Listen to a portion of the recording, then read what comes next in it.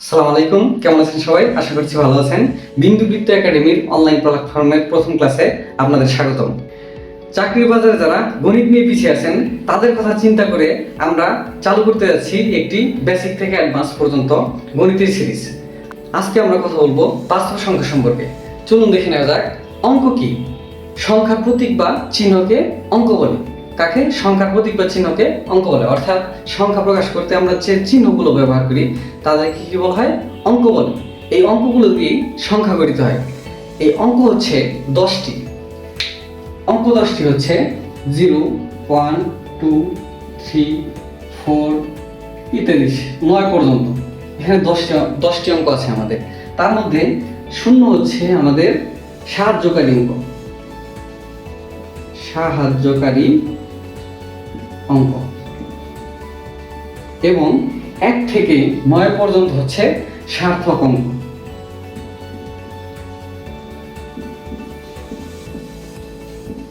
এবং এই অঙ্কগুলো দিয়ে আমাদের সংখ্যা গঠিত হয়। যেমন 1 এবং 2 দিয়ে আমাদের 12 গঠিত হতে পারে বা 21 গঠিত হতে পারে। এগুলোই হচ্ছে আমাদের কি? সংখ্যা।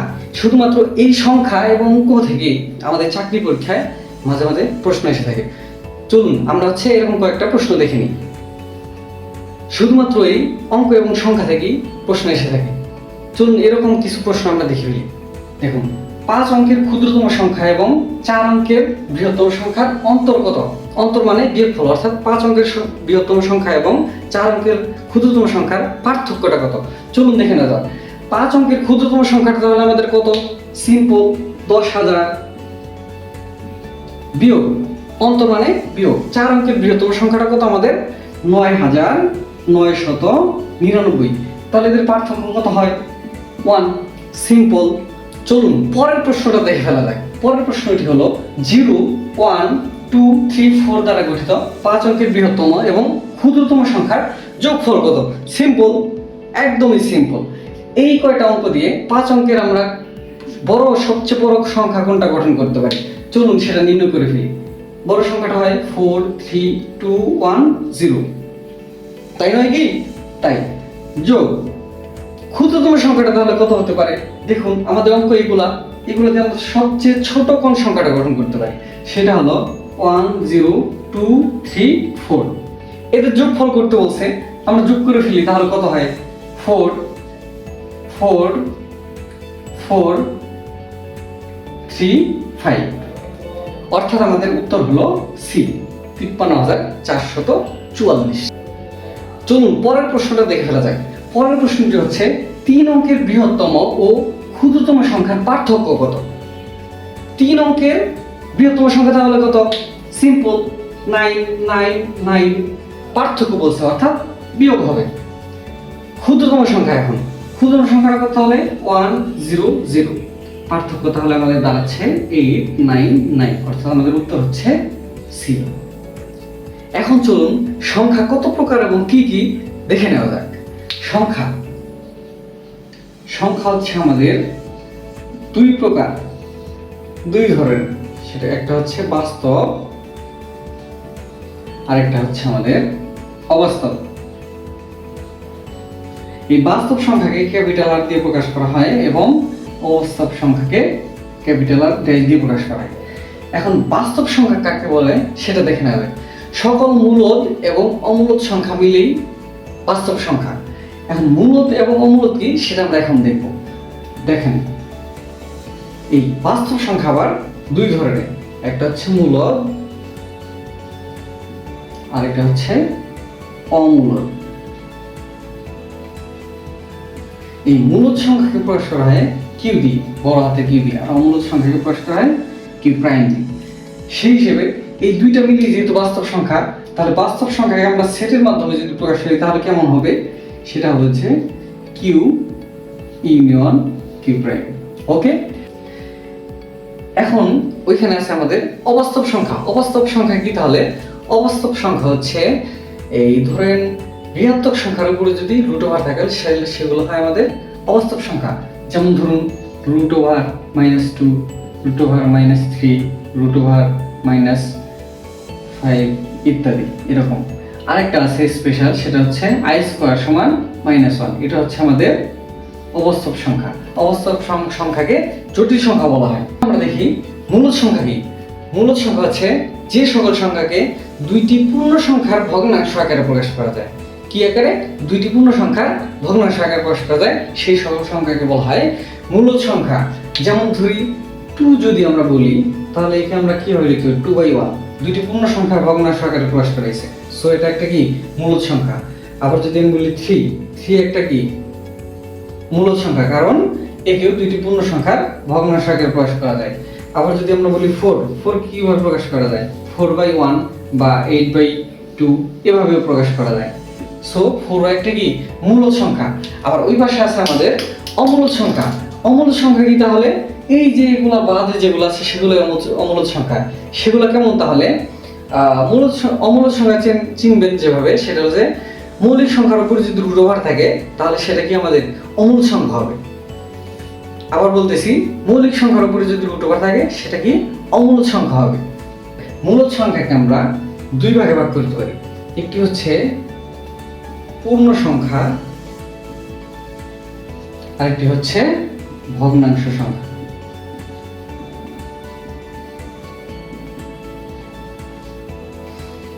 এখন পূর্ণ সংখ্যা তাহলে কি?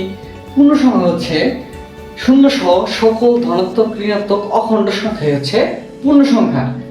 শূন্য সহ সকল ধনাত্মক, ঋণাত্মক, অখণ্ড সংখ্যাই হচ্ছে আমাদের পূর্ণ সংখ্যা। তাহলে দেখুন এই পূর্ণ সংখ্যা তাহলে কারা কারা? শূন্য সহ সকল ধনাত্মক, ঋণাত্মক সংখ্যাই হচ্ছে পূর্ণ সংখ্যা। তাহলে আমরা কি লিখতে পারি? z সমান মাইনাস থেকে শুরু হবে, তাই না? মাইনাস, এদিকে আরো অসীম পর্যন্ত আছে, -3 -2 -1 0 1 2 3 ইত্যাদি ইত্যাদি অসীম পর্যন্ত আছে। আশা করি বুঝতে পেরেছেন। আমরা ছিলাম পূর্ণ সংখ্যাতে। চলুন পূর্ণ সংখ্যা এখন কয় প্রকার সেটা আমরা দেখে নিই। পূর্ণ সংখ্যা, পূর্ণ সংখ্যাকে আমরা দুই ভাগে ভাগ করতে পারি। একটা ধনাত্মক সংখ্যা, আর একটা হচ্ছে ঋণাত্মক সংখ্যা, এবং মাঝখানে হচ্ছে 0। ঠিক আছে, 0 হচ্ছে একটা নিরপেক্ষ সংখ্যা। 0 এর বৈশিষ্ট্য আমরা পরে দেখব। এখন চলুন দেখে নেওয়া যাক ধনাত্মক সংখ্যা এবং ঋণাত্মক সংখ্যা কি। ধনাত্মক সংখ্যা হচ্ছে 0 থেকে বড় সকল অখণ্ড সংখ্যা। 0 থেকে বড় সকল অখণ্ড সংখ্যা হচ্ছে আমাদের ধনাত্মক সংখ্যা।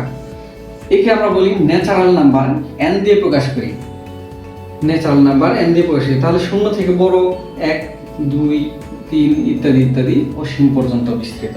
ঋণাত্মক সংখ্যা হচ্ছে 0 থেকে ছোট সকল অখণ্ড সংখ্যা। 0 থেকে ছোট সকল অখণ্ড সংখ্যা। তাহলে এরা কারা? এরা হচ্ছে -3 -2 -1 -4 ইত্যাদি ইত্যাদি এদিকে আরো চলে যাবে। ঠিক আছে, এটা একদম ক্লিয়ার হবে। চলেন আমরা দেখি হচ্ছে সংখ্যা রেখার মাধ্যমে, তাহলে আপনারা ক্লিয়ারলি বুঝতে পারবেন।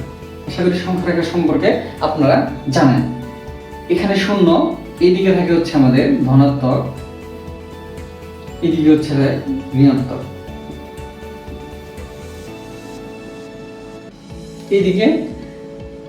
এদিকে আরো চলে যাবে অসীম পর্যন্ত বিস্তৃত, এদিকেও আমাদের অসীম পর্যন্ত বিস্তৃত। মাঝখানে থাকবে 0। 0টা আমাদের নির্দেশ করবে যে আসলে কে ধনাত্মক বা কে ঋণাত্মক, এটা নির্দেশ করবে।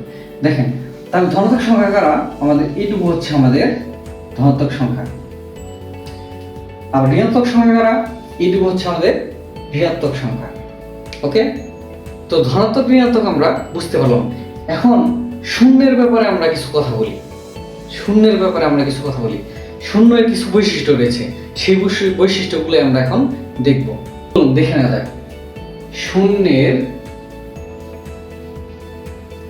বৈশিষ্ট্য।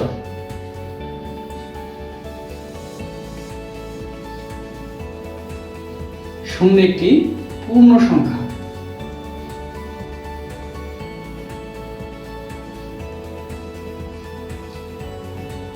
জোড় সংখ্যা।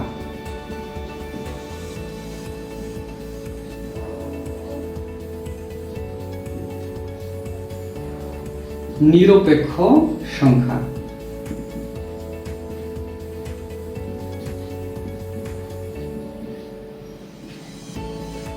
ধনাত্মক নয়,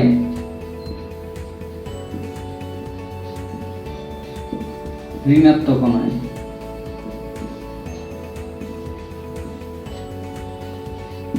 এই হচ্ছে আমাদের শূন্যের বৈশিষ্ট্য। আমরা সংখ্যা রেখার মধ্যে দেখতে পারি যে শূন্য একটি পূর্ণ সংখ্যা। তারপরে হচ্ছে জোড় সংখ্যা কিভাবে হয়। এখন জোড় বিজোড় নির্ণয় করার ক্ষেত্রে একটা সংখ্যা পর পর জোড় আসে বিজোড় আছে এরকম। এখানে যদি -2 হয়, এখানে -1, 0, 1, 2, 3। এই 3 হচ্ছে আমাদের বিজোড়, এটা জোড়, এটা বিজোড়, এটা জোড় হওয়ার কথা। এই প্রেক্ষাপটে হচ্ছে এটা আমাদের জোড় সংখ্যা। নিরপেক্ষ সংখ্যা অর্থাৎ ও ধনাত্মকের মধ্যেও নাই, ঋণাত্মকের মধ্যেও নাই, ও হচ্ছে নিরপেক্ষ পাবলিক। ধনাত্মক নয়, ঋণাত্মক নয়। তো চলুন সামনে আগানো যাক। ধনাত্মক সংখ্যাকে আবার 2 ভাগে ভাগ করা যায়। কয় ভাগে? 2 ভাগে ভাগ করা যায়। ধনাত্মক সংখ্যাকে 2 ভাগে ভাগ করা যায়। একটি হচ্ছে মৌলিক সংখ্যা, আরেকটা হচ্ছে যৌগিক।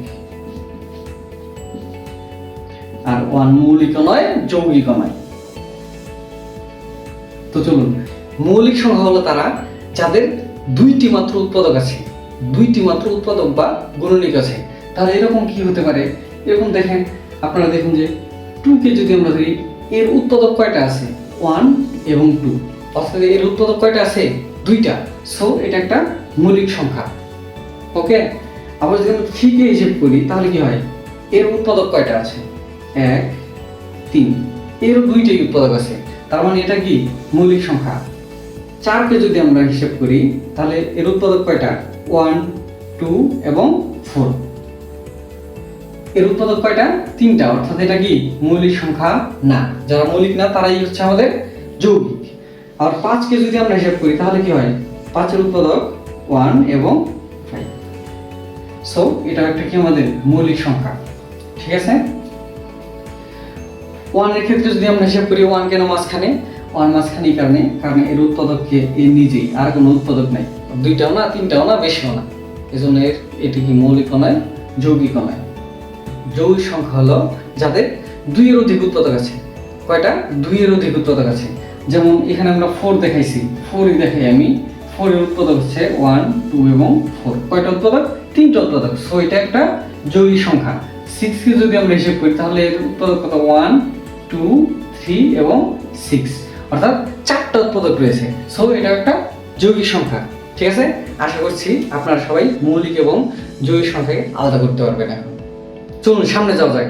এখন আমরা দেখব সহমৌলিক সংখ্যা কি। সহমৌলিক সংখ্যা হচ্ছে ওই রকম 2টি সংখ্যা যাদের মধ্যে 1 ব্যতীত আর কোনো সাধারণ গুণিতক নেই। 1 ব্যতীত সাধারণ গুণিতক বা উৎপাদক নেই। গুণিতক বা উৎপাদক যে কোনোটাই বলতে পারেন, কোনো সমস্যা নেই। তাহলে আমরা কি লিখবো? সহমৌলিক। সহমৌলিক। সহমৌলিক কি হবে? 2টি সংখ্যার মধ্যে 2টি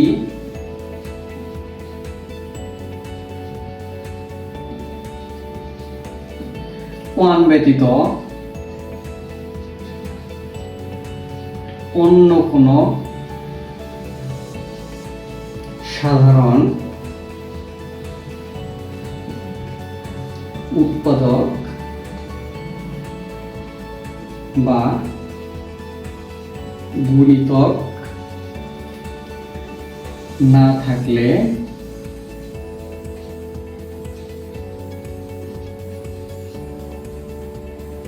তাদেরকে সহমৌলিক সংখ্যা বলা হয়। সহমৌলিক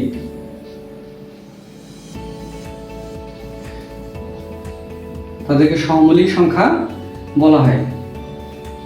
এরকম কিছু সংখ্যা আমরা দেখব। এরকম কিছু এখন আমরা হচ্ছে কয়েকটা ক্রমজোড় দেখব। আমরা যদি হিসাব করি 2 এবং 4, এদের মধ্যে কি কি দেখবো আমরা? সাধারণ উৎপাদক 1 ছাড়া অন্য কেউ আছে কিনা। তো আমরা 2 কে আমরা যদি দেখি, এর উৎপাদক কত? 1 এবং 2। 4 এর ক্ষেত্রে আছে 1, 2 আর একটা হচ্ছে 4। আর দেখেন কমন কয়টা আছে? 1, 1 এবং 2, 2। অর্থাৎ এটা কি সহমৌলিক না। আবার যদি আমরা বলি 2 5। এদের ক্ষেত্রে কি হবে, 2 এর গুণিতক কি 1 এবং 2। 5 এর ক্ষেত্রে যদি আমরা দেখি 1 এবং 5, 1 ছাড়া আর কোনো সাধারণ গুণিতক নেই, সাধারণ গুণিতক বা উৎপাদক নেই। সো এটা কি আমাদের সমমৌলিক সংখ্যা। আর একটু শর্টকাট আছে, সেটা হলো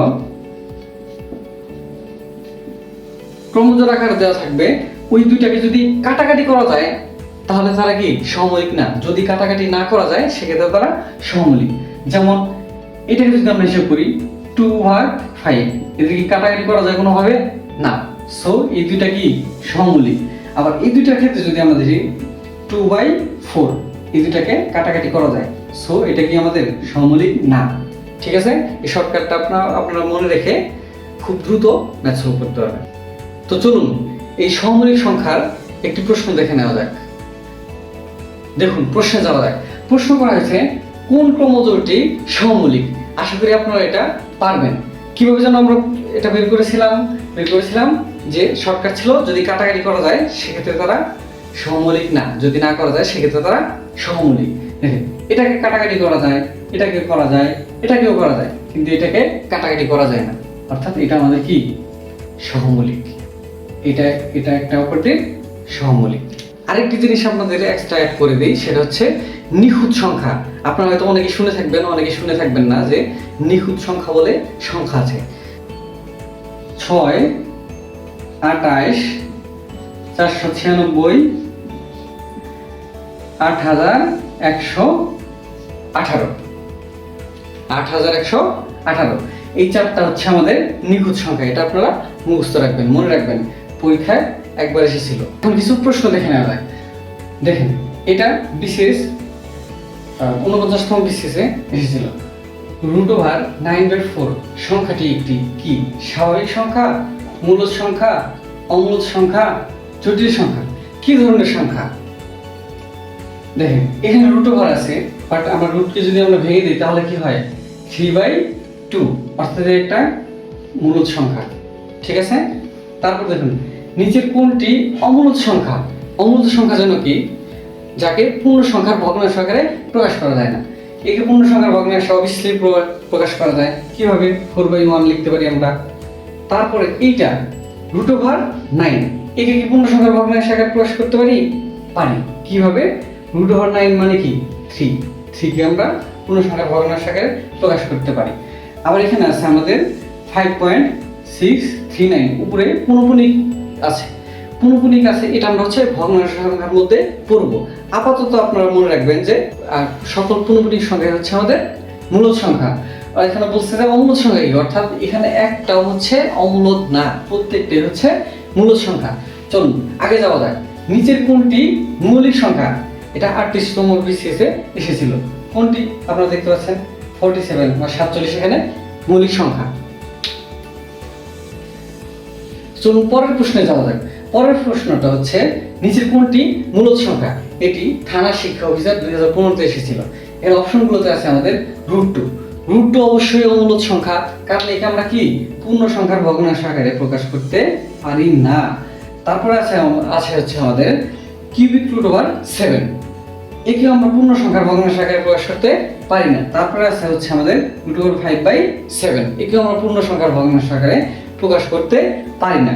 তারপরে দেখি আমরা হচ্ছে √8, এটাকে বলতে পারি হচ্ছে আমরা এখানে যদি এরকম হয় আমরা লিখতে পারি হচ্ছে 2³ এই কিউব, এই 3 কেটে চলে যায়। কিভাবে কেটে চলে যায়, এইটার মানে হচ্ছে এই 3 কিউবিক রুটের মান হচ্ছে 1/3 বা 1/3, যেটাই আপনি বলেন।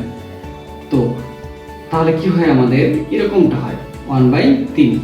আমরা সূচকের নিয়ম অনুযায়ী জানি যে পাওয়ারের পাওয়ার গুণ হয়, পাওয়ারের পাওয়ার গুণ হয়। তাহলে এটার সাথে যদি আমরা গুণ করি তাহলে কি হয়ে যায়, তাহলে 2, 3 গুণন 1/3, এই 3 কেটে যায়, থাকে হচ্ছে 2^1 সমান হচ্ছে 2।